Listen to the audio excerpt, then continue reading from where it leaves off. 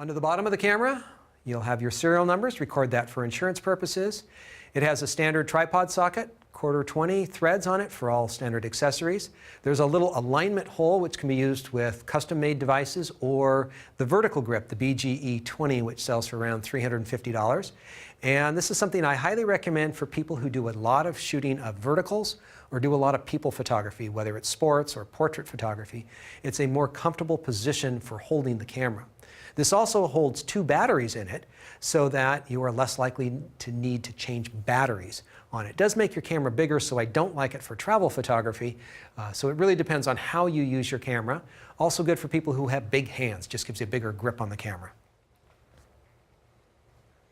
We have our battery compartment. This standard battery has been the same since the Mark II version of this camera, so luckily Canon has kept that same battery around for a while. Comes with a travel charger.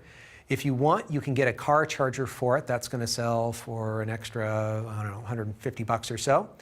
Then there is a little tiny rubber door if you need to have constant power to your camera.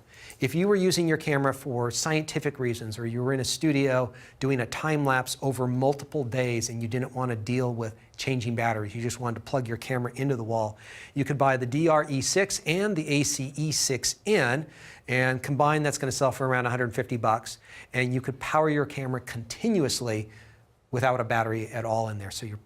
But you need to be within reach of a wall outlet in order to do that. Looking around to the front of the camera, well, we can't quite see the sensor, but it is a 30 megapixel sensor, full frame sensor, CMOS using a Digic 6 processor. Buried up on the top of the camera is the GPS antenna. We'll be talking more about those functions in the second half of the class. The mono microphone, those little holes over on the right-hand side. There is a little port on the front. This used to be on the side of the cameras. This is the remote terminal for the remote switch. So if you want a cable release for triggering your camera without touching the camera, you can get one of these too. Now, on previous versions of the 5D, you had to get the timer remote controller if you wanted to shoot time-lapse or long bulb exposures, but that's no longer necessary on this camera because those are built into the menu functions of the camera. So my guess is that Canon is going to be selling a lot more of the remote switches and lesser of the timer remotes because you just don't need those extra features in this camera because they're built into the camera. And I have found myself using this less and less because the camera has those built-in features. I also use the 2-second self-timer when I'm on a tripod. But there is, from time to time, I'm on a tripod and I want to trigger the exact timing of the shot, and that's when the cable release really comes in handy, is when you want to be very precise and exact about that. Next up is a depth of field preview button.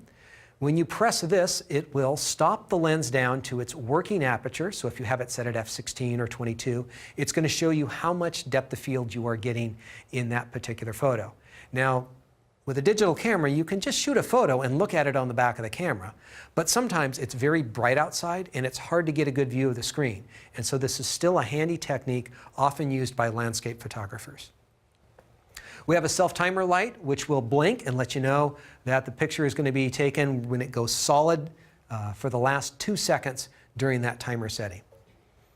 There is the remote control sensor, so if you do want to get the RC6, which sells for about $20, it's a great way for triggering the camera, but you do need to be pretty close to the camera, so it's not going to work at great distances, and it's an infrared sensor, so it doesn't work real well in bright sunshine.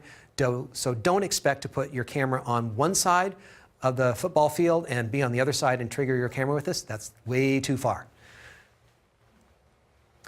The EF lens mount is that little red dot that you will match up when mounting the lens. There's the lens release, and then there is a lens locking pin.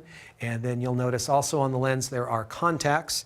And I feel this is redundant and ridiculous, but I'm going to do it anyway. I'm going to show you how to mount a lens on a camera.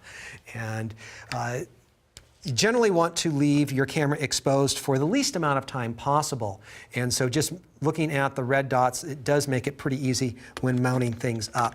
And you want to wait for that click, because that where you know that things, if you can turn it and it's there, it's on the camera, but it hasn't clicked. So just make sure you get the click.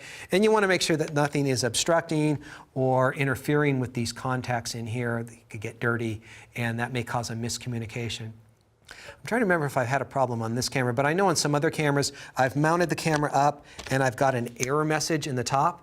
And generally the way to solve the problem is just release it and remount it like that.